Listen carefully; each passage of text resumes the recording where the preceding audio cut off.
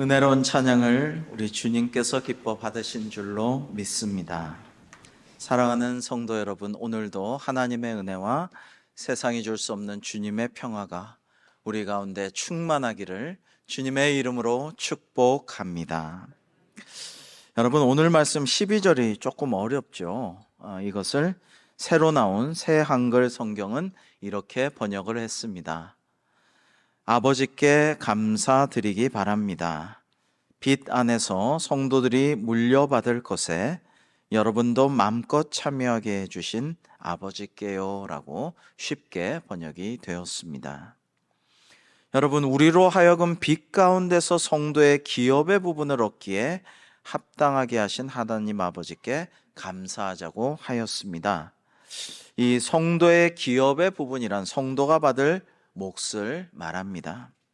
우리가 기업을 물려받는 것에 대해서 성경은 온유함이나 또는 인내 같은 성품을 강조해서 말씀하시는 부분들이 많습니다.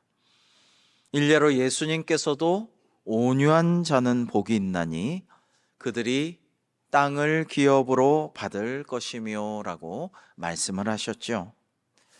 자, 왜 우리가 기업을 받고 유업을 얻는 데 있어서 온유함, 오래 참음 이런 것들이 성경에서 강조될까요? 그것은 사실은 내가 받을 몫이 내가 잘나서 내가 노력해서 내가 잘해서 얻는 게 아니라 모든 우리가 받을 것들은 하나님께서 선물로 주시는 것이기 때문입니다. 선물로 주시는 것을 받으려면 겸손해야죠. 온유해야죠. 때로는 오래 참아야 됩니다. 기다려야 되죠. 그래서 그렇게 말씀하시는 것입니다. 오늘 말씀 13절 14절 우리 같이 한번 읽어보실까요? 시작.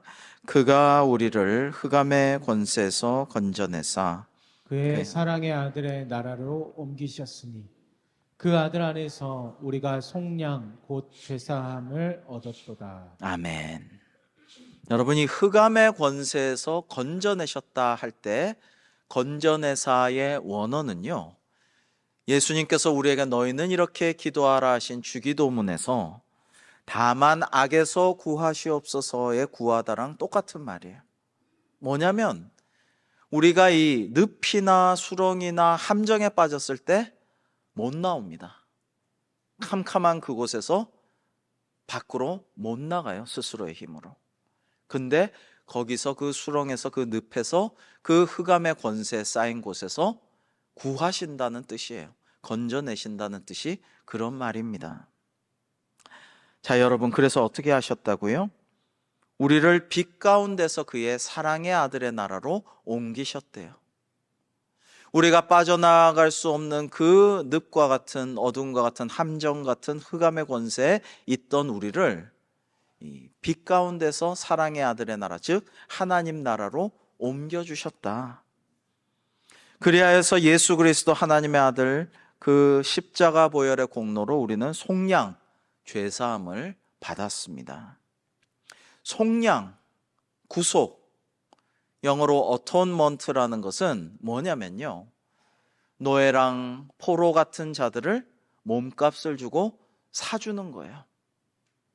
수갑에 잡혀가지고 족쇄에 끌려가지고 쇠사슬에 묶여가지고 질질 끌려다니는 노예 상인에게 채찍 맞으면서 다니던 노예 혹은 전쟁 포로를 누군가가 값을 주고 몸값을 주고 사주는 거예요.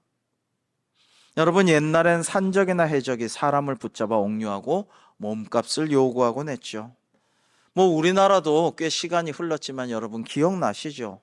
소말리아의 해적이 우리 배를 납포해가지고 선장과 선원을 억류하고 몸값을 요구했습니다. 큰 몸값을 주고 정부가 오랫동안 교섭해서 비로소 풀려날 수가 있었죠. 사실은 우리도 흑암의 권세 아래 죄와 사망에 노예된 존재였는데, 포로였는데 사랑의 아들의 나라 하나님 나라로 하나님께서 옮겨주시고 우리를 구속하고 속량하여 주셔서 죄사함을 얻게 하여 주셨다라는 것입니다. 어떻게 해요?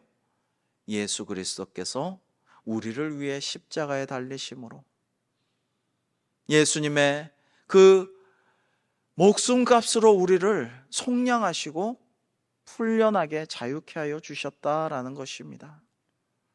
여러분, 유행가를 들으면요, 내가 좋아하는 유행가, 좋아하는 노래, 어릴 적부터 듣던 그 노래 라디오에서 흘러나오면은 아이고 좋다, 언제 들어도 좋다, 나이가 들으니까 더 좋네, 추억이 생각나네, 그러다가 울컥하기도 하고 눈물도 글썽거리기도 하시죠. 여러분, 유행가도 세상 노래도 그런데요, 우리가 예수님이 날 위해서 천하에서, 아니 온 우주에서 가장 값비싼 그 주님의 목숨값을 주시고 우리를 구원하여 주셨다, 속량하여 주셨다. 예수님이 우리 몸값을 대주시고 죄와 사망의 노예로서 끌려다니던 우리를 흑암의 권세에서 하나님 나라로 옮겨주셨다. 죄사함을 주시고 구원을 주셨다.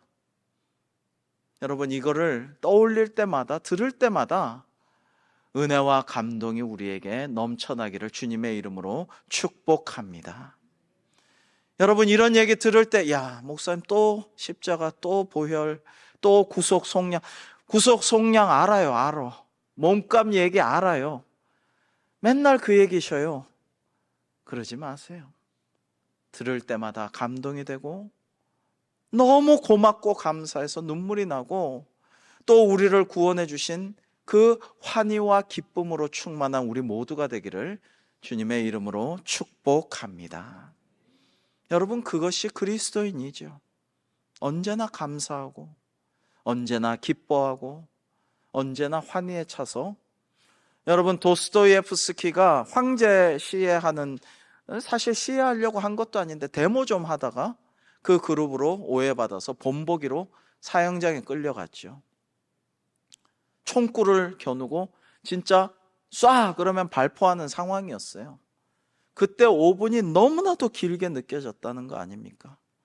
근데 황제가 사면령을 내려서 쏘지는 않고 풀어줬대요. 그때 수명이 정말 깎이는 느낌을 받았고, 그때 이후로 도스토예프스키가 도박에 빠졌다 그러죠. 너무 두려움과 스트레스가 심해가지고. 그러나 한편으로는 그때 내가 죽는 줄 알았는데 살았어요.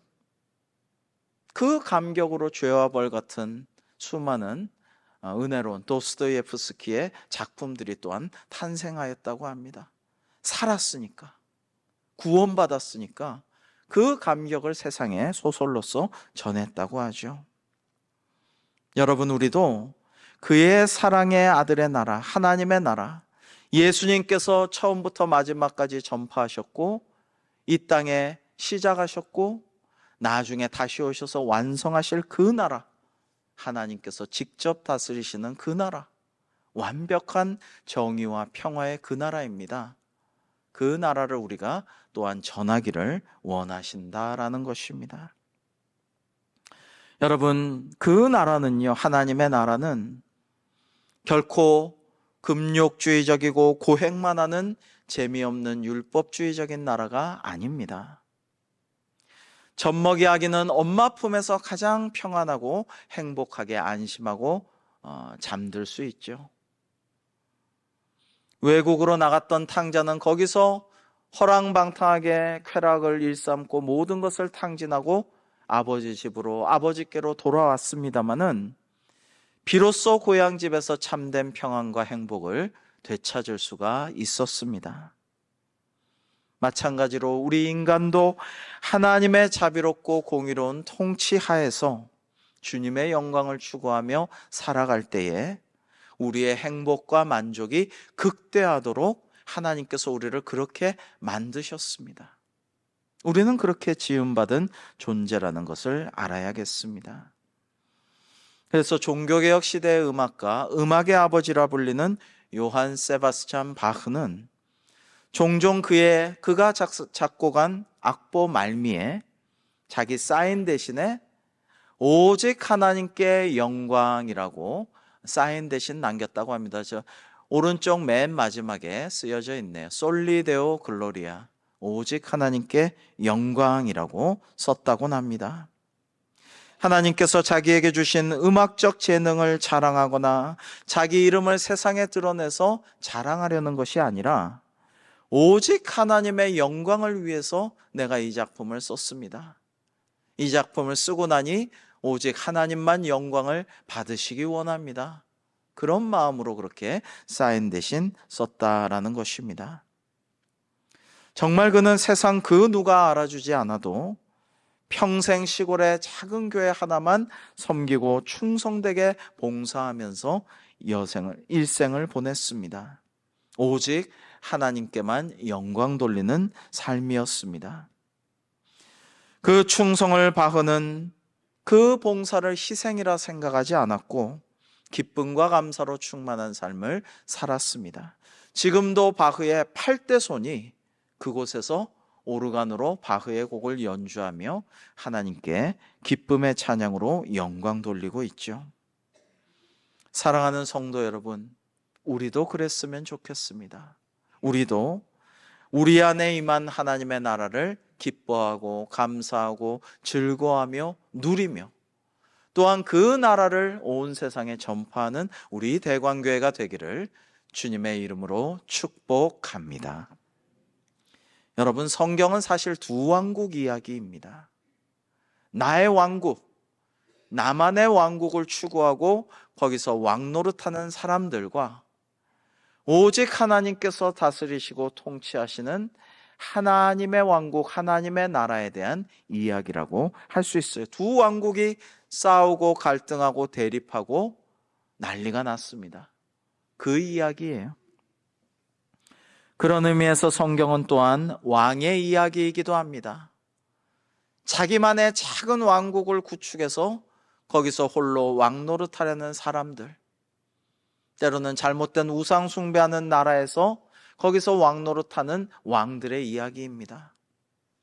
그러나 하나님께서는 그 나라에서 흑암의 권세에 쌓여있는 구제불능의 그 세상 나라에서 자기만의 왕국에서 하나님의 나라로, 사랑의 아들의 나라로 우리가 옮겨지기를 바라고 약속을 주시고 계속 권면하시고 경고도 하시고 이끌어 주시려는 것이 성경의 이야기들입니다.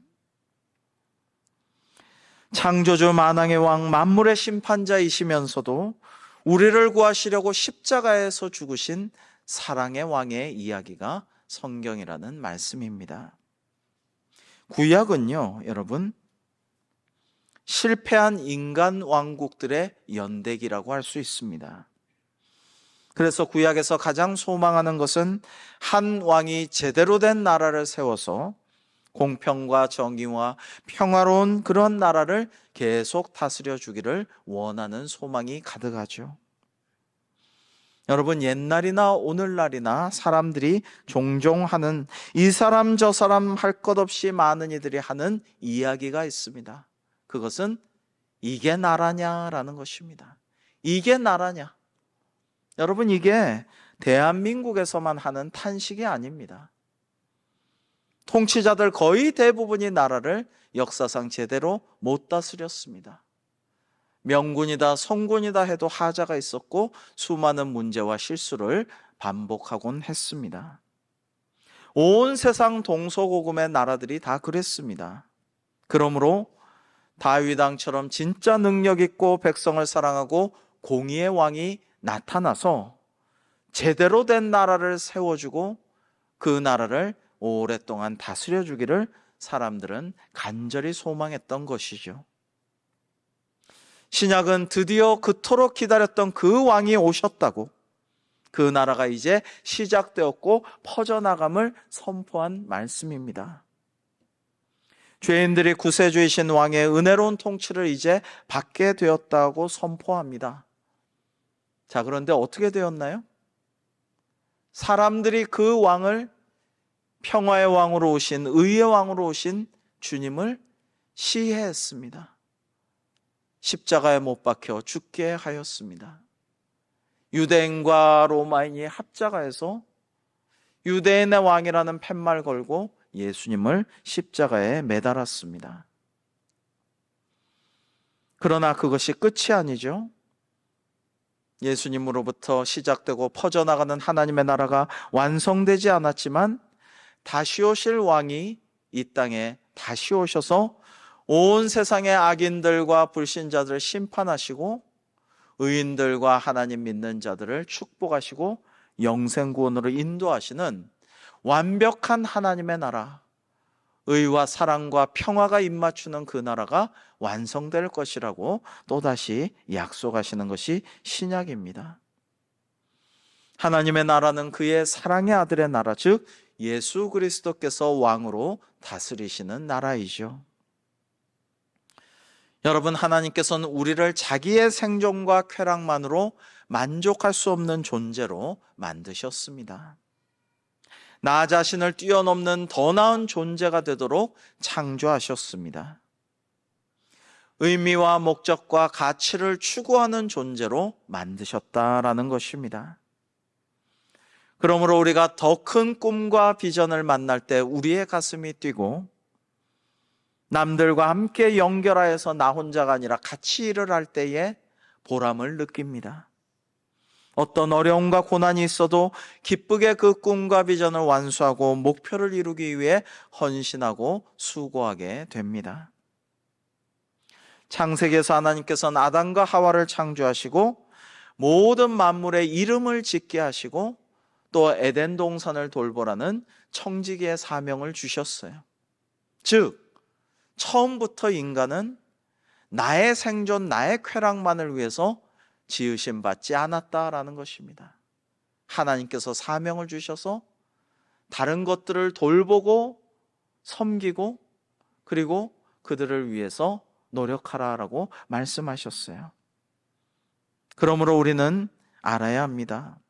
우리는 다 나 하나만을 위한 작은 왕국에 만족하고 거기에 왕노릇하라고 하나님이 지으신 존재가 아니라는 것입니다. 더 크고 더 위대하고 더 아름답고 더 존귀한 그러한 존재의 일부가 되라고 우리를 지으셨고 사용하신다라는 것입니다. 요즘 세상엔 특히 젊은이들이 소확행을 많이 추구합니다. 소소하지만 확실한 행복이 소확행이죠. 1990년대로 기억하는데 무라카미 하루키라는 일본 작가가 작지만 확실한 행복이라는 에세이집을 냈습니다. 저도 읽어보고 재밌다, 이럴 수도 있네라고 생각을 했는데 일본 젊은이들을 따라서 오늘날 우리 젊은이들도 큰 꿈을 꾸기도 어렵고 내 집 하나 마련하고 결혼하기도 너무 힘들고 여러 가지로 그러니까 아주 작지만 소소하나 확실한 행복에 만족하는 그런 모습을 많이 보입니다. 이해가 되고 기성세대로서 참 미안하기도 합니다. 그러나 소확행을 추구하며 나의 작은 왕국에 만족해서 사는 것이 우리를 지으신 하나님의 뜻은 아니라는 것을 우리는 또한 알아야겠습니다. 길을 쓰고 열심히 노력해서 바라던 바를 이룬 사람도 하고 싶은 것을 누리며 즐기며 살 수 있게 된 사람도 궁극적인 만족을 얻는 것은 아닙니다. 인간의 욕심과 욕망은 끝이 없기 때문입니다. 결코 채워지지 않는 밑빠진 둑과 같습니다. 어떤 남자가 길을 가다가 요술램프를 주었답니다. 딱 보니까 요술램프예요. 아, 이거 책에서 본 대로 문지르면 되겠다. 확신을 가지고 문질렀더니 진짜 정령이 이렇게 나타났어요. 그래가지고 그 정령이 말합니다. 주인님, 딱 한 가지 소원만 제가 확실히 들어드리겠습니다. 한 가지만 말씀하세요. 이 남자는 노총각이었는데 돈 좀 가지고 예쁜 여자랑 연애도 좀 해보고 마음이 맞으면 결혼하는 거, 이게 소원이었어요. 근데 한 가지가 아니잖아요. 그래서 머리를 굴리다가 빨리 붙여서 말해야겠다. 그래서 돈, 여자, 결혼, 이렇게 말을 했다고 합니다. 돈, 여자, 결혼. 그래서 그 남자는 돈 여자와 결혼했다라고 합니다. 미친 여자랑 결혼하게 되었다고 하는데요. 여러분, 만약에 이 남자의 소원이 이루어져서 돈을 많이 얻게 되고 예쁜 여자랑 연애도 하고 잘 되어서 결혼을 했다 한들 완전히 궁극적인 만족과 행복을 다 누린다고 할 수가 없습니다. 다 될 것 같죠? 아니에요. 인간은 그렇지 못합니다. 연말과 연초에 우리가 무엇을 느끼고 있습니까? 뼈저리게? 우리나라에서 가장 힘센 사람도, 가장 높은 사람도 보니까 만족하지 못하더라는 거예요. 아주 만족하고 행복하게 누리면서 감사하면서 즐겁게 못 살았더라는 거예요. 부자들도 마찬가지고 유명한 사람도 다 마찬가지입니다. 여러분, 우리가 무엇을 추구해야 할까요? 무엇을 목표 삼아야 할까요? 우리의 인생의 방향을 어떻게 방향 지어서 살아야 할까요? 나만의 왕국을 이루고 거기서 왕노릇하다 보면 하나님께서 다스리시는 비교할 수 없이 더 크고 더 아름답고 더 가치 있고 더 존귀하고 더 아름다운 그 나라에 못 들어가고 스스로 만든 감옥에 갇혀서 안주하게 될 수 있다라는 것입니다. 여러분, 아름다운 정원이 있는 큰 집에 사는 거인 이야기를 우리는 알죠. 아이들이 그 집 정원에서 막 뛰놀고 즐겁게 이야기하고 있는데 시끄럽다, 짜증난다, 우리 집인데 너희들이 왜 이러고 있느냐. 거인이 아이들을 다 내쫓았죠. 울타리를 치고 거기 못 지르라고 못 들어오게 했습니다. 그리고 거인은 자기만의 왕국에 틀어박혀서 혼자 잘 지냈어요. 여러분, 이 이야기에서 아이러니한 것은 이 이야기의 주인공이 거인이라는 거예요. 거인은 진짜 키도 크고 힘도 세고 부자였죠. 그러나 실제로 영적으로 거인은 아니에요. 큰 사람이 아니에요. 그릇이 큰 사람이 아니라는 것입니다.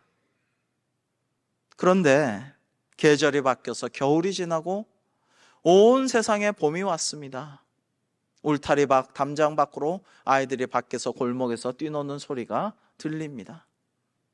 새들이 지저귀고 따사로운 날씨가 왔는데 거인의 집과 정원에는 계속 겨울이에요.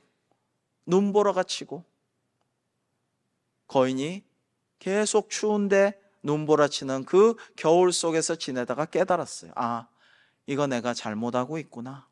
이건 아니구나. 그러면서 울타리를 부수고 아이들한테 미안하다, 다시 와서 놀아라, 같이 놀자 초대하니까 아이들이 신나게 와서 뛰어놀자 그곳에 아름다운 꽃이 피고 정원에 봄이 왔다라는 이야기를 우리는 기억합니다. 이 이야기의 교훈이 뭡니까? 덩치만 컸던 실제로는 소인인 거인이 이제 하나님의 사랑을 함께 나누고자 마음을 먹게 되니까, 회개하게 되니까 그 정원의 그 집에 그 거인의 마음속에 하나님의 나라가 임했다라는 거죠. 사랑하는 성도 여러분, 우리는 오늘 본문에 보시면 흑암의 권세 속에, 수렁 속에 빠져서 헤어나올 수 없는 존재였으나 하나님의 사랑의 아들의 나라, 하나님의 나라로 우리를 옮겨주셨고 우리의 죄를 사해 주셨고 우리를 속량하여 주셨어요. 구원을 베풀어 주셨습니다. 이제 우리 모두가 나의 왕국에 틀어박혀 거기에서만 안주하는 삶이 아니라 더 크고 존귀하고 위대하고 값진, 더 아름다운 궁극적인 우리 인생의 목적이 될 하나님의 나라에 거하시고 또 그 나라의 좋음을 세상 사람들에게, 이웃에게 널리 전파하는 우리 대광교회 되기를 주님의 이름으로 축복합니다. 하나님의 은혜는요, 우리가 가진 가장 값지고 대담하게 꾸는 꿈보다 훨씬 더 큰 위대한 존재의 일부로 우리를 초대하십니다. 그러므로 우리가 스스로 세운 나의 경계, 나의 한계, 나의 울타리, 나의 감옥을 부수고 더 위대하고 가치 있는 존재 속으로 들어가야 할 것입니다. 그곳이 바로 하나님의 나라인 것입니다. 하나님의 나라는 주님께서 말씀하셨죠. 바리새인들이 어느 때에 임하나이까라고 물을 때에 하나님의 나라는 볼 수 있게 임하는 것이 아니요 또 여기 있다 저기 있다고도 못하리니 하나님의 나라는 너희 안에 있느니라 라고 말씀하셨어요. 영적인 것입니다. 내가 하나님만을 나의 왕으로 모시고 예수 그리스도만이 나의 주님이 되십니다. 나의 주권자이십니다 라고 믿고 순종하면 하나님의 나라가 내 안에 임하시는 거예요. 우리 가정이 하나님의 다스리심을 순종하면서 말씀대로 살아가면 우리 가정이 하나님의 나라가 되는 것입니다.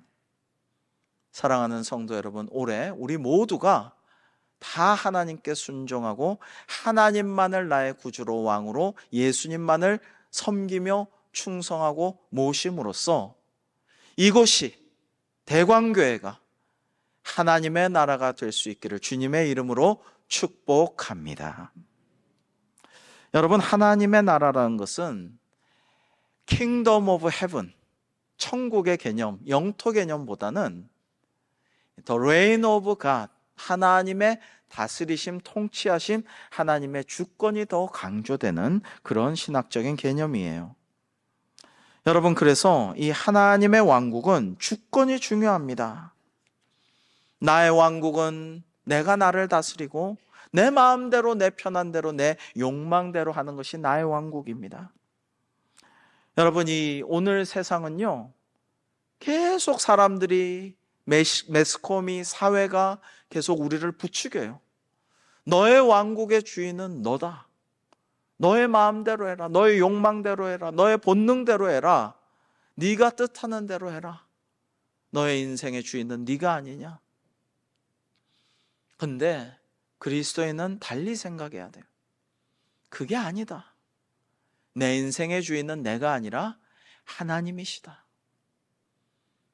창조하신 하나님의 목적은 내가 잘 먹고 잘 살고 누리고 더 즐기는 데 있는 게 아니라 하나님의 영광을 위해 사는 데 있다라는 것을 깨닫는 것입니다. 여러분, 나의 왕국이 나를 다스린다라고 하였는데, 내가 왕 노릇한다고 했는데 한번 묻습니다. 여러분은 여러분 자신을 잘 다스리시나요? 저는 그게 어렵더라고요. 힘들어요. 쉽지 않아요. 내가 나를 잘 다스린다는 거 어렵습니다.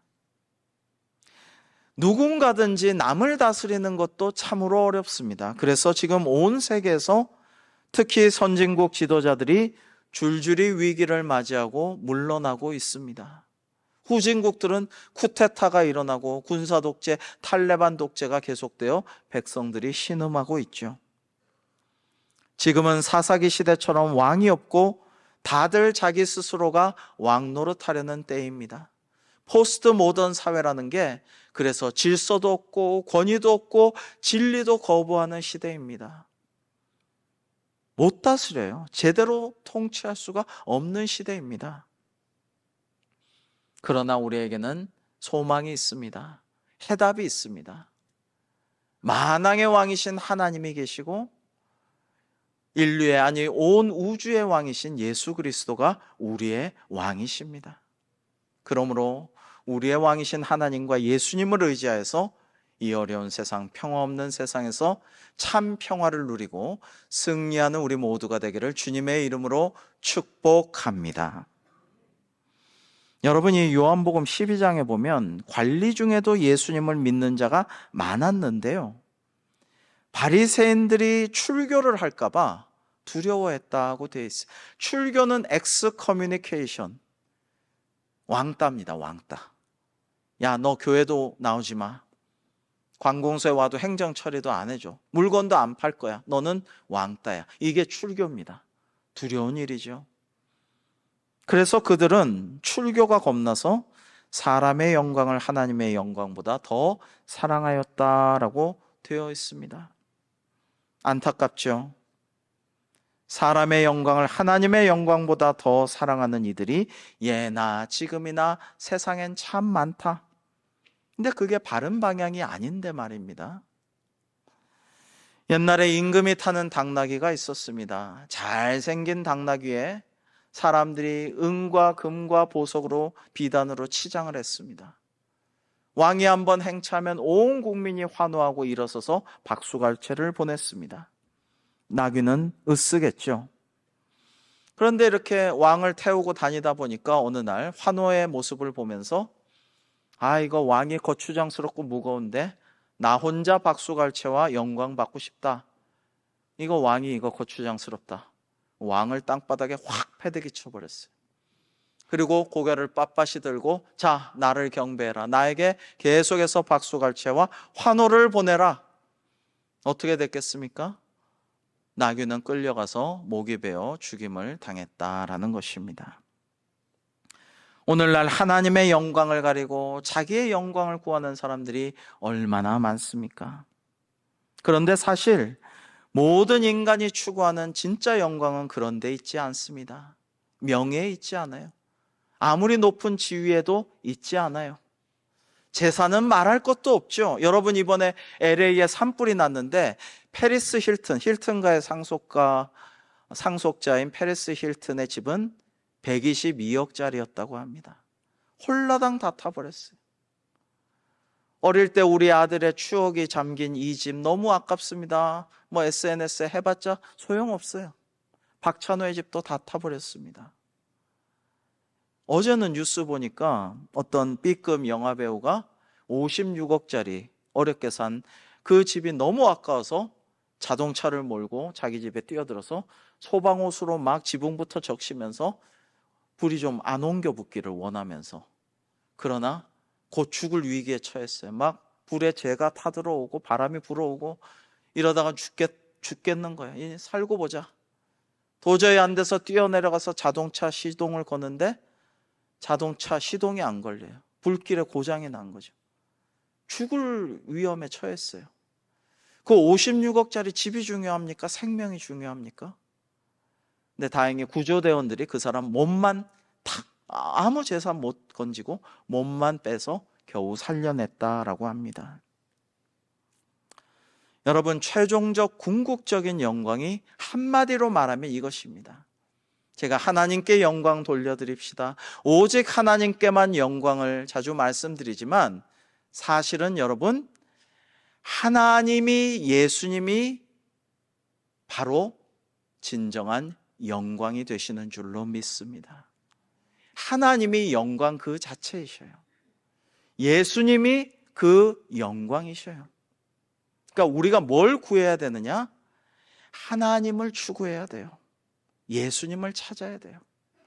늘 하나님과 예수님을 사랑하고 생각하고 내 안에 계시게 하고 모시고 중심에 두고 늘 하나님과 예수님과 동행하여 내 안에 하나님의 나라가 늘 임하게 하시고 우리 가정에 하나님께서 다스리게 하시고 우리 교회, 여러분 나아가서 여러분의 이웃들에게, 친구들에게, 직장에, 온 세상에 올해 많이 선교하기를 꿈꾸는데요, 온 세상 하나님을 믿지 않는 이들에게도 하나님의 나라를 전파하는 우리 대관교회가 되기를 주님의 이름으로 축복합니다. 기도하겠습니다. 하나님 아버지, 저희는 하나님을 위해 창조되었고 주님과 연합하고 성령 충만하여 오직 하나님의 영광을 드러낼 때에 비로소 가장 만족하고 행복하며 기쁘고 감사한 보람된 인생이 될 줄로 믿습니다. 영광 그 자체이신 하나님과 예수님을 위해 저희가 살아가기를 원하오니 흑암의 권세에 사로잡혀 있던 세상에 살던 저희를 빛의 나라, 사랑의 아들의 나라, 하나님의 나라로 옮겨주시고 죄사함과 구원을 베풀어 주신 주님께 모든 영광을 돌려드리며 그 나라 백성으로 기뻐하고 즐거워하며 사는 저희들이 되게 하시고 또 온 세상에 이러한 하나님 나라 복음을 전파하는 저희 대광교회 되게 하여 주시옵소서. 예수님의 이름으로 기도하옵나이다. 아멘.